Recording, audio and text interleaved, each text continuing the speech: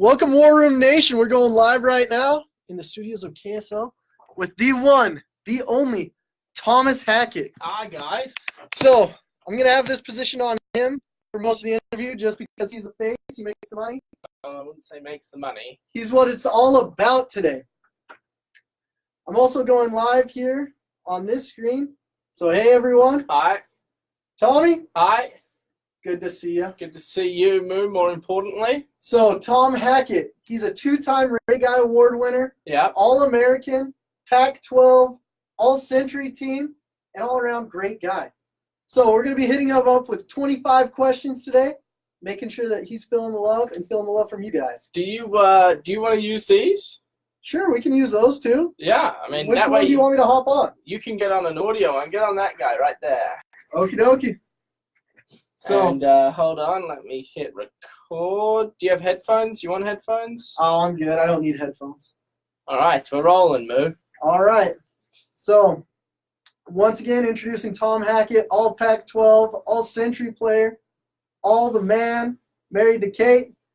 He's a great, great dude, and we love Tom. So, Tom, you ready for your 25 questions? I think so. We did this with Bronson Kafusi last week. He dominated it. Nice. Tom Hackett for week 2, giving Utah Utes some love. So let's go. So, Tom, you have an interesting story, more interesting than most guys I've played with in college or high school. Where did you grow up exactly?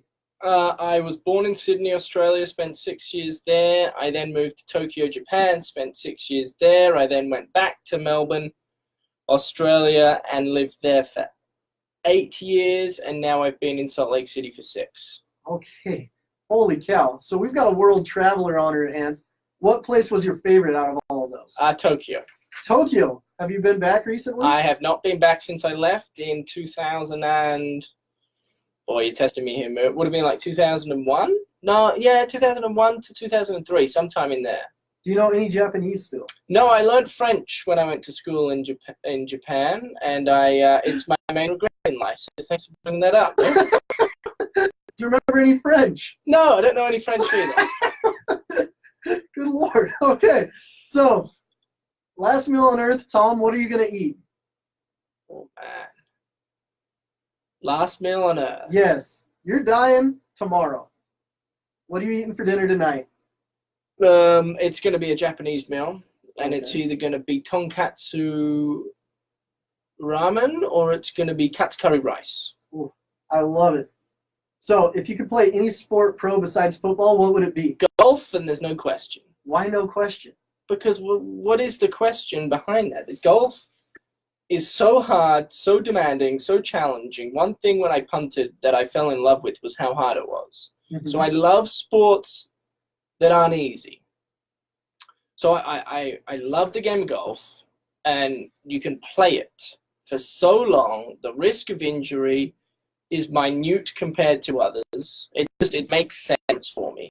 Travel the world, play at some of the nicest golf courses, spend your time outside. I mean, whew, it makes me excited, man. Tom's thought about this through and through. Okay. Many times. Tom, what was your pregame routine when you played football?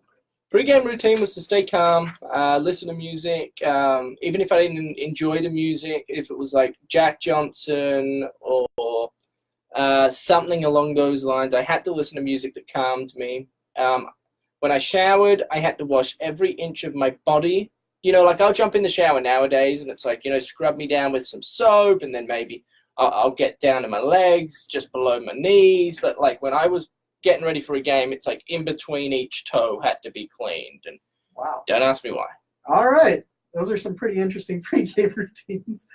Okay. So as you guys can see, Tom is very much well inept with technology, and he has a beautiful voice that we love to hear on the air. Tom, what attracted you to being a radio personality? I just enjoyed the ability to share my opinion with other people. My personality is different than most, and I like to be able to kind of utilize that part of who I am and get out there and talk. And hopefully people find it interesting. If not, they don't have to listen. It doesn't bother me. But I just enjoyed the fact that, you know, I can kind of put sport and talking into the same boat and go with it and sail off into wherever I want to sail. So it's fun, it's enjoyable. I get to hang around sports still. I can talk about it. I can talk about anything else that I want to talk about because nobody's here to tell me otherwise. Mm-hmm. I think that's huge because Tom's doing what he loves. He doesn't care about what other people think. All you guys that are getting recruited, honestly, do what you're passionate about. This is what Tom's passionate about, and he's freaking good at it. So, was it a tough transition going into the media for you, though? Of course, it was difficult. From a player's perspective, you really cannot do much wrong. Talking to the media, as long as you don't give away secrets, about the playbook or the game plan that week, you stay clear of that, you're good. When it comes to the media, however, I have had times throughout my short career so far in the media where I have stepped over the line and have had to apologize for saying something that I shouldn't have said. And so the bottom line is if you think somebody might have a problem with it, then don't say it at all. I'm all about trying to remain and keep the relationships I've built through football into what I'm doing now. And if I'm trying to burn bridges or burning bridges through the words that come out of my mouth, even if I truly believe them, it's just not worth the damage. I still am able to go into the Utah football facility, walk around the coaches' offices, speak to whoever I want, ask them questions that other media members can't do. And the only reason I can do that is because I played and I've tried my very best, even though I have made mistakes, to maintain that relationship without burning any bridges. That is a beautiful thing. And all of our prep players that are listening to this, they need to understand that what they say can turn around and haunt them. So be very careful, hold your tongue, and say the right things, but always make sure it comes from the heart. So you're extremely witty. I've talked about this with Andy Phillips a few times. He would always try to get a zinger in, like when you said you like to punt the pigskin. Right. And he's like, oh, I always give great interviews, but everyone goes off of Tom's material. So did you practice interviews and saying these things, or is that just your natural wit? No, I never practiced interviews. As a punter, media members that don't know much about punting, which is just about all of them, I say that with all due respect, they can only ask a certain number of questions to me. And so what I realized over the 4-year period, the first year I was answering them, and it was the first time I'd heard these questions, but as the years went on, you start hearing the same question come up and up and up. So instead of being rude and not very polite to those media members, I decided, you know what, I'm just going to have some fun with it and make a fool out of myself because I could care less, and try and create some headlines that way. And look, I always knew, Moose, that the media world was something that I kind of enjoyed. I wasn't adamant that I was going to get a part of it, but if I could have some fun with interviews, create some headlines, create conversation, then I'm going to give myself the best possibility to get into the media world, and it worked out for me. Perfect. So if you're going to be named a special teams coach at Utah or any college or NFL team, where would it be and what would be the first thing that you do? I would like to become a special teams coach. I'll say at the University of Utah. Okay. Just because that's where I know, and the people there I know better than I know anywhere else. I'd love to play for or coach, I should say, for Coach Hill as well. Mm-hmm. He's kind of between him and Coach Whittingham, that they are my two mentors. So whether it's Weber or whether it's University of Utah, I don't really mind. The first thing I would do is make a phone call to my coach back home in Australia, Nathan Chapman, and say, hey, buddy, g'day, mate. Can you look after me here and send me over someone good, please?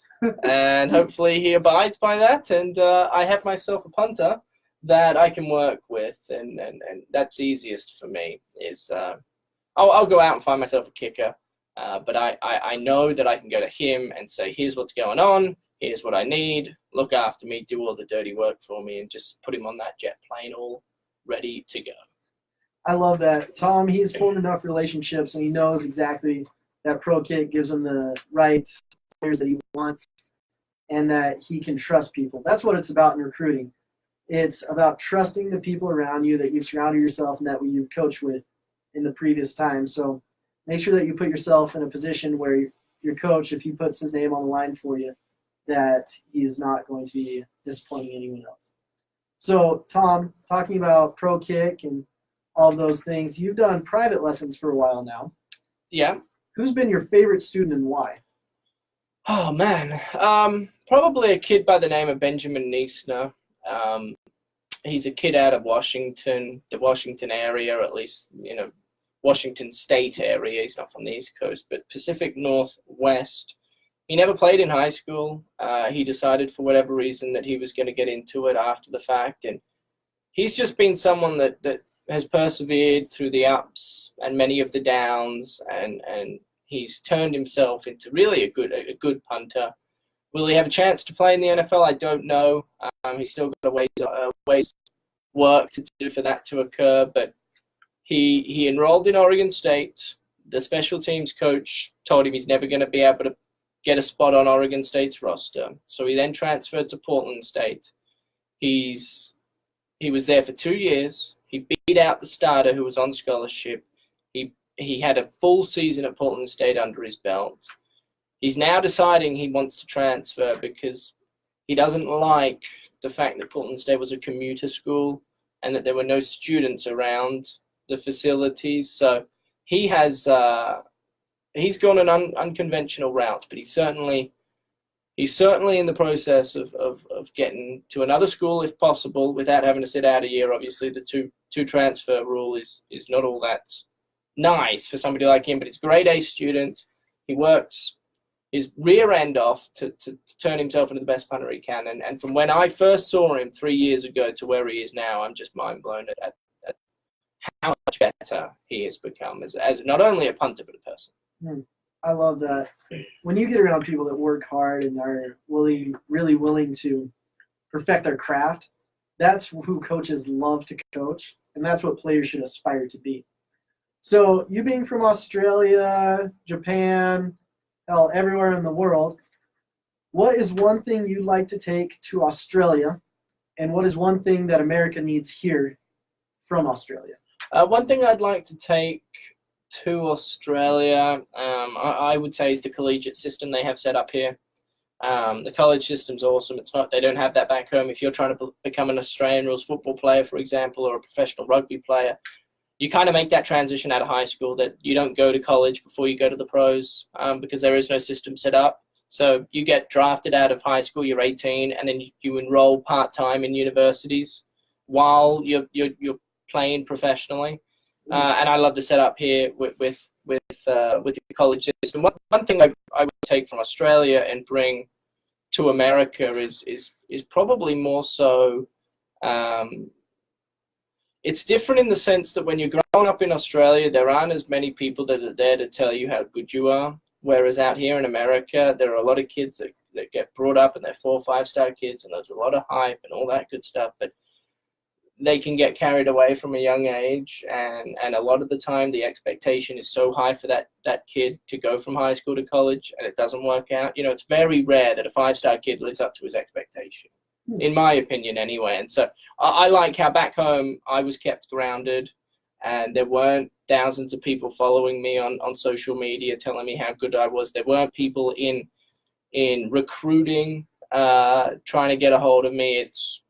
It's high school, then the pros, and kind of throughout that process, you stay grounded because, there is no college, and no one's there to really tell you how great you are besides the professional guys, and there aren't that many of them. I love that. So your big thing is to get the youth of America to be humble. Yeah. Is what you would bring here. Yeah. A lot of them need a reality check. Well, I'm trying to say it in a polite way. At Utah, for example, I've seen too many kids that are so talented that if they had the work ethic and the desire to be great, they could. A lot of the time, and I'm generalizing, but a lot of the time they're not. They don't have that desire, that work ethic, because they've been told for so many years how great they are and how great they're going to be. They think it's just going to be handed to them on a platter. One thing Coach Whittingham does is kind of kick that out of you pretty early, and if you can't figure that out, then you won't play at the University of Utah. Mm-hmm. I saw that when I was there. I thought I was pretty special going in, and I realized I was not as special as I once thought. And it's a really cool thing. So being humble and honestly kind of getting kicked helps you out a lot in football and in life, because it lets you understand if you really want what you're going after and what you're willing to sacrifice. So, Tom, when is the point of your life that you've had the most adversity? Probably at the age of 12, I decided to leave home and go to boarding school. Not because I was naughty, but I was living in Japan at the time.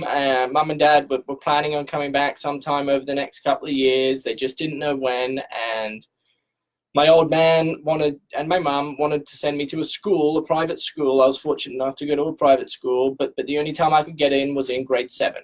And so if I stuck around in Japan for a couple of years, then tried to get into the school in grade 9, for example, they wouldn't accept me because, and I don't know the ins and outs. Mum and Dad do, but they didn't share it with me. So I long story short, left home at 12, traveled however many thousand miles south of Tokyo, Japan to Melbourne, Australia, where I lived by myself. I had my grandmother and my auntie and uncle around, so I wasn't by myself, so to speak. No mum and dad, no siblings, and it was interesting. I didn't quite realize how young I was until my youngest sister, she's the youngest of 5, turned 12. This was 5 years ago, and it was like a reality check to me, like, wow, I left home at her age, and she is young. She's not very big. She's small, she's young, she's got a lot to learn, and it was interesting. They were hard days when I left home at that age. It was not easy. I think that's really cool, though, because that helped develop you into the man you are today, where you're okay to live basically anywhere in the world, and it's not that big of an issue. Maybe not. That's kind of what I'm getting from you right now, though. Yeah. No, I feel very comfortable living away from home. I miss them to bits, still do to this day, but I'm capable. I've done it before. I'll continue to do it. And Mum and Dad are coming into town in May, so I'm excited to see them. Let's go. Something that you guys need to understand is that Tom moved halfway across the world to chase his dream and to get the education and things that he needed, where you guys kind of need to sacrifice. And if the best opportunity for you is 1 state away or 4 hours away from home or even 20 hours away, take that opportunity, run with it, and be your own man. I think it's a really cool thing to do, take those opportunities like you had with boarding school. Being one of the first pro kick lads to come here to the States, what did you expect initially? I had no idea what to expect. I just thought I'd go about my business as I only know how. And that's to try and prove my worth. Coach Whittingham didn't speak to me for like 6 months. For the first 6 months, he didn't know who I was. A walk-on, and there were a lot of walk-ons that come by. He doesn't care unless you do something for him. And it took me a while. It took me a while to kind of get my feet grounded, understand the concept behind playing American football, understand the culture that I'm in here in Salt Lake City, Utah. It's very different to Melbourne, Australia. And so I had a lot to learn, and it took me at least a year to figure all that out. But, I just came here hoping that they would give me an honest chance. And I needed to allow that to happen through my work ethic in the weight room during the off season. And I'm not the fastest guy, but when we run as a team, give everything I have and have fun with it at the same time. You don't take yourself too seriously. If you could go back and give a little bit of advice to that Tom Hackett walking off the plane in Salt Lake City, what would you say? What would I say? I would probably say think before you speak a little more. There's cultures are just so drastically different. So I would say something that was perfectly fine to say back home, and out here it's like, oh, no. So yeah, it's just part of the learning curve, I guess. And I guess maybe what I should have said for that answer is go to school. The first semester I didn't go to school, got a 1 point something GPA. It was horrible. And I enjoyed partying and got a little carried away with the college concept. And so I would have gone to class and actually, getting through university is not hard. And I tell this to the Australian kids that are coming over here to Utah or wherever they're going. I say, you just have to go. Just go. Unless you're doing mechanical engineering or I don't know, you're trying to become a doctor like that. That's when it gets tricky. But if I did sports management, and I'm passionate about sports and the management side of things, so I decided that's what I'm going into. And with all due respect, it's not rocket science. You just have to show up to class, create a relationship with your professor. If you need help, ask, and take the tests and submit your homework on time. That's all I needed to do, and I didn't. I didn't even go to school, which was my first problem. That was some great advice. By the time I joined Utah's team, Tom was going to every class because it was dependent on him getting a scholarship if he went to class or not. Yes. We had a lot of fun together in our acting class. Yes, we did. That was a while ago, maybe. It was. We've known each other for a while. So, what surprised you most about football in the States when you first got here? Oh, just the size of the crowd, the magnitude of it all is mind-blowing. Just crazy to think that there are so many people out there that are so devout to a college football team. Mm-hmm. To think that 45,000 strong fill Rice Eccles Stadium week in and week out it's really cool. It really is. And so the magnitude of the actual sport itself, we're not professionals. We are amateurs technically, and so many people care, and especially in Utah. I mean, more people care about college football in the state of Utah than they do the NFL, and in my opinion, it's not even close. And I don't have the numbers to kind of back that up, but I'm just basing that off the 6 years I've lived here and kind of the reaction I've gotten. So just the size of it, it's big time football, and I can understand how people get carried away. I really can, but you have to do everything in your power to stay grounded and humble, and you'll go much further that way. I love it. So a lot of our followers, they're young kickers, young punters, kind of like you at one time, and they're having troubles getting respect from their teammates. So how do you get respect from teammates as a punter? Because it's a lonely position, except for when you're with a snapper and kicker, and you guys have an awesome bond. But how do you get the respect of Travis Wilson or Isaac Asiata or all of these guys? The easiest way to get respect, and it doesn't matter if you're an offensive lineman, a punter, a kicker, a long snapper, a quarterback, I don't care what position you play, but you have to be good at what you do. Mm-hmm. You just have to be. Nobody wants to be around somebody that isn't good when they're trying to strive to be great. Mm-hmm. And so you've got to put a lot of time aside, and you've got to work on your craft, whatever that may be, and become good at it. And when you become good at it, people can now then rely on you. And when people can rely on you, you gain their respect. That's some amazing advice right there. Something I like about Tom is he was asked to hold when I first got to Utah. And he thought he was really good at first, but it took him a minute. But I could see the work that Tom put in, and all the other kickers that were there trying to kick for Tom saw what he was doing and the amount of time he put in. And we could tell that he was doing it in his dorm and all over the place, just thinking about it and perfecting it. And it's a skill that helped us out a lot, so we get a lot of respect for Tom. So who's been your favorite teammate and why? It's got to be Andy. Andy Phillips, the kicker. I've had many great ones, but I became closest with Andy because he kind of joined the team around the same time I did. We come from similar backgrounds in the sense that we hadn't played the game before, so we were learning.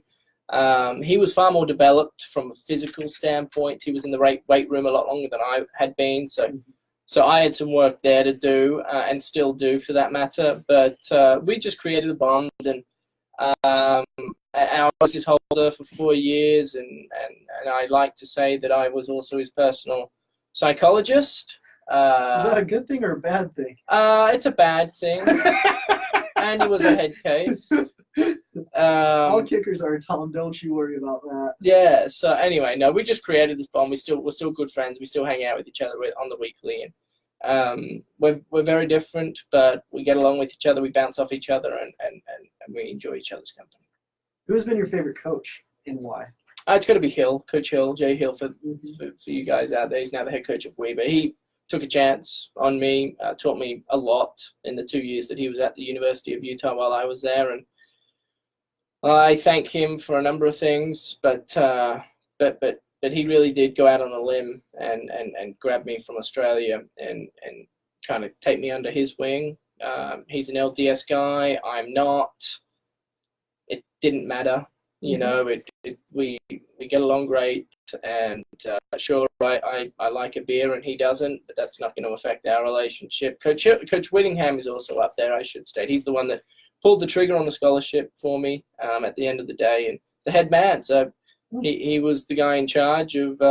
And when Coach Hill left, he took over the punting duties or the punting coach duties, and so we created quite a good bond. And I love both of them to bits, but because Coach Hill was the first one to reach out, it's got to be him. It was his idea to come to Australia, not Coach Witt's.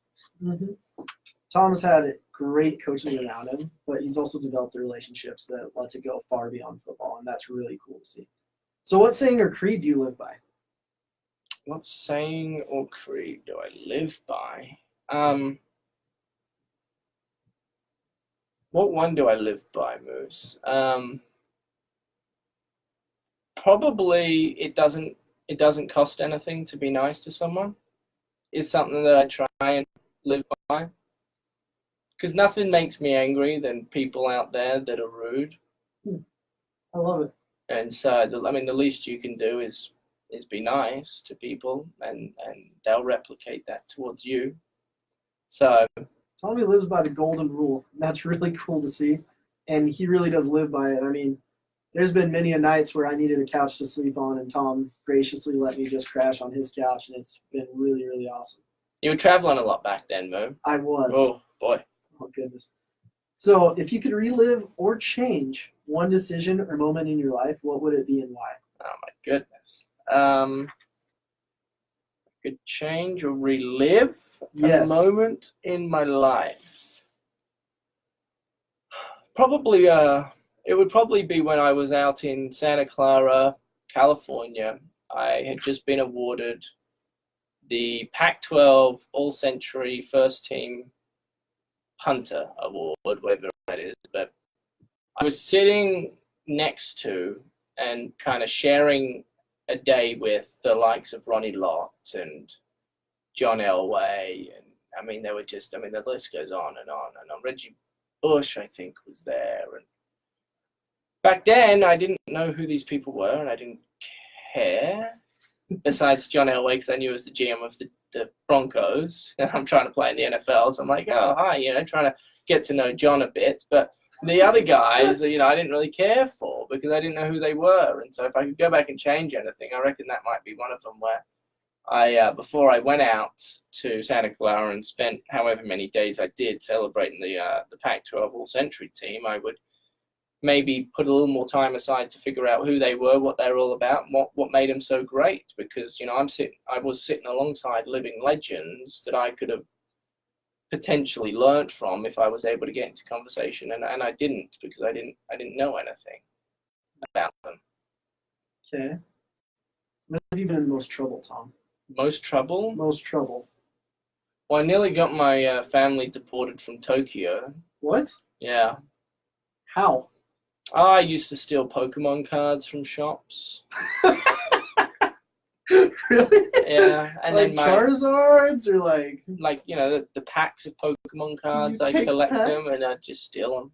And you almost got kicked out of the country? Yeah, and then I was hanging out with a friend one weekend. Oh, granted I was like 8, I was young, and the neighbor's family kind of left for the weekend to go on vacation up into the mountains or something, and I don't know how this came about, but he, showed us where the spare key was. He's like, my mum and dad's money, some of their money is like in this drawer.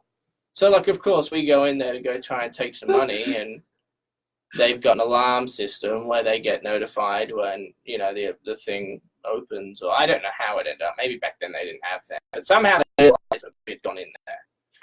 And the police were called, of course, and we said, yeah, we went in there, and, at first I'm sure we didn't tell them we took some money, but we did, and it was like $10, it's nothing major. But I'll just never forget my dad screaming at me in the car on the way home, explicitly saying, you bleeping, nearly bleeping, got our bleeping family deported, you bleeping idiot. And I'm just like, whoa.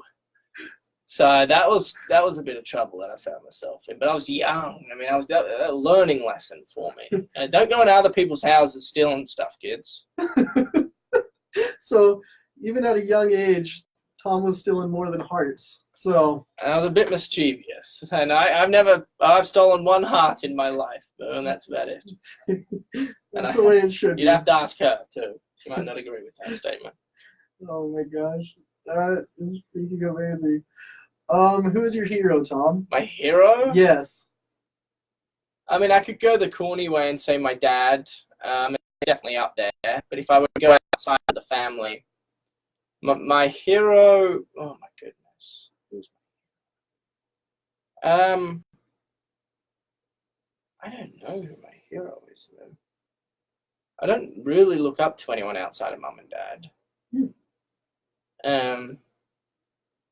I've always been infatuated with David Beckham. I think he's amazing. I just love who he is and what he's all about. And I think he's cool. Mum or dad, I could really go both ways. Mum lost her father when she was 14, grew up without a dad, so I can only try and understand what that was like. And the dad has created, he's climbed the corporate ladder to the point now where he's, CEO of whatever company, and he's making lots of money, and he just knows everybody that he needs to know. But he started from, my grandparents aren't necessarily wealthy by any means, and Grandpa worked in a factory. They were out in the sticks of Melbourne, and Dad's been able to create this little empire of himself and build and branch, just through business. And so both Mum and Dad have done pretty crazy things that I haven't done or experienced, and it's pretty cool.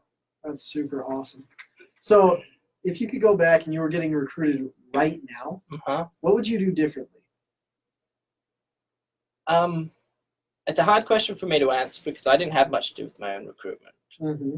I had a coach back home that was trying to create a business for himself, and essentially if teams were interested, they go through him. So he wouldn't tell me much, and he wouldn't tell me what teams were looking at me. Because back then it's different to what it is now, and there weren't many scholarships flown about for punters from Australia, whereas nowadays they've got the likes of USC, Texas, Michigan. I mean, you name it, the chances are they've either looked at or signed an Australian punter. So if I could go back and do it differently, I'd spend more time in the weight room. Back home in Australia, I put a lot of emphasis on the punting side of things, and I thought I was putting a lot of emphasis in the weight room, but I wasn't until I came out to Utah, got my ass kicked for 4 years, and then realized I needed to be, stronger. And so, if I look back and think, why didn't I make the NFL? Well, yeah, I'm not like your typical 6'3", 6'4" punter that normally plays in the NFL, but there are guys that are about 6 foot that can play in the NFL. I just wasn't strong enough. I was accurate, and that's kind of what I worked on in college, but I wasn't strong enough. Yeah. The cool thing about Tom is he completely revolutionized the game of football. He'll never tell you this, but because of him, because of game planning against him, where he would place the ball is one of the most phenomenal things. Like, I'd run routes for him, and he would hit me on a dive. And he has one of the most accurate feet I've ever seen in my entire life, and it's super cool to see him perform. So, if you have 3 wishes, Tom, I'm a genie. What are your 3 wishes right now? Right now? Yep. I have kids in the next probably 3 years. I want kids over the next 3 years. You trying to catch Andy then? I wouldn't say I'm trying to catch Andy. No, I just want a kid over the next 3 years. Okay. That's what I meant. Wouldn't mind a little Tommy running around somewhere. But so that would be one of them. Make some strides in business through the job I have now. I want to keep trying to climb those ranks. And I guess probably own a house would have to be up there. I have never owned a house. Still bunking in the basement of my in-laws, and they've been very gracious to allow that to happen for way too long. But we're getting to a point now where we're looking at purchasing a house, depending on the house and whether we like it enough. And normally when you see, or at least they tell you, when you see something and you really do fall in love with it, go out and put an offer on it. We haven't done that yet, but we're soon. So I guess I just want to make strides in life, and there are different chapters that you have to go through, and I'm getting to the point where I'm married now, so kids and a house and income and supporting the family with the help of my wife, of course. Ideally she makes more money. She will eventually make more money than I will, and I can sit at home all day and cook. That's the goal, no? Tom is a super practical man. I've never seen anyone get 3 wishes from a genie and they're like, I want to keep on the path I'm going on, and I'm pretty happy with my life right now. I am. I'm Most content. people want like $1 million or something like that. Of course I want $1 million, but I don't want it, and I would definitely accept it if it was given to me. Okay. But I also want to earn it. Okay. You know, I don't, and I would love to win the lottery, Mo, but the chance of that happening are pretty slim. So if I could earn the money and be successful and wealthy, and that would be, I would much rather take that route than win the lottery, because anyway, yeah. That makes sense. Tom's a very practical, honest, great man. So we've gotten through 24 questions, and we do 25 questions because it represents the 25 starters on a football team. Uh-huh. So, Tom, your 25th question or statement is, who would you like to give a shout-out to? Oh, man. Probably everybody that's helped me to put me in a position I am today. And that's a lot of people, but, you know, my family knows who they are. I wouldn't have been able to do it without Nathan Chapman, John Smith, the coaches of Pro Kick Australia. There's no way I would have been able to do it there without them. Coach Hill gave me an opportunity, so he has to be thanked. Coach Witt has to be thanked because he's the head man, and we created quite a good relationship between one another. And in fact, I think I'm going to go up there maybe today, if not Thursday, with signing day being tomorrow. I'm not going to pester him tomorrow, but go up and chat with him and see how he's doing. All my friends that I've made in Utah, I mean, it's one thing traveling across the other side of the world to live, but it's another thing like staying here. And I've stayed here. I haven't left. I could have gotten done playing football, gotten cut by the Jets, and then gone back home, but I didn't. And so the people that have made Salt Lake City, and you're included in this, Moose, such a treat to live in, need to be thanked as well, because I love it here. It's fun. I enjoy it. Even though my family's not here, I feel as though there are people here that can somewhat help me out from not having family here. Tom, you're a great man. We appreciate the interview. Thanks for going through 25 questions. And thank you, Moo. Welcome to the War Room. You guys don't forget to tag 3 friends in this video. We're doing a giveaway still. And we love you guys. Have a good one. Bye. Goodbye.